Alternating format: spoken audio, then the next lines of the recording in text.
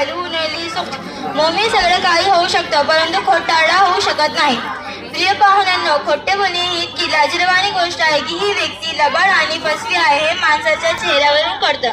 समाजात लोक त्याला मान देत नाही, त्याच्यावर भरोसा नसतो, सर्वांच्या नजरेत त्याचा अपमान होतो, लोक त्याला हरामी समजतात असे म्हणणारे बरेच लोक आहेत जे म्हणतात जग खोट्या बोलण्याशिवाय चालत नाही, खोट्या बोलण्याशिवाय पर्याय नाही। खरं तर जे हे म्हणतात ते स्वतः खोटारडे असतात। आप सल्लल्लाहु अलैहि वसल्लमचा फरमान आहे की अस्सिदकु युजीबु वल कज़िबु युहलिक। सत्य वाचवते आणि असत्य नष्ट करते। कुराण करीम मध्ये अल्लाह ताला खोट्या बोलण्यापासून दूर राहण्याचे व सत्य बोलण्याचे हुकम दिले आहे। या अय्युहल्लझीना आमनुत्तकुल्लाह व कुलू कौलन सदीदा।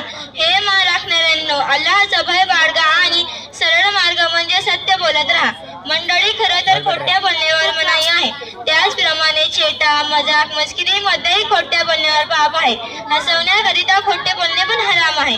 तिरमिजी शरीफची रिवायत आहे, आप सल्लल्लाहु अलैहि वसल्लम म्हणाले, बर्बादी आहे त्या व्यक्तीवर जे लोकांना हसवण्याकरिता खोटे बोलतात, त्यांच्यासाठी नाश आहे, त्यांच्यासाठी नाश आहे।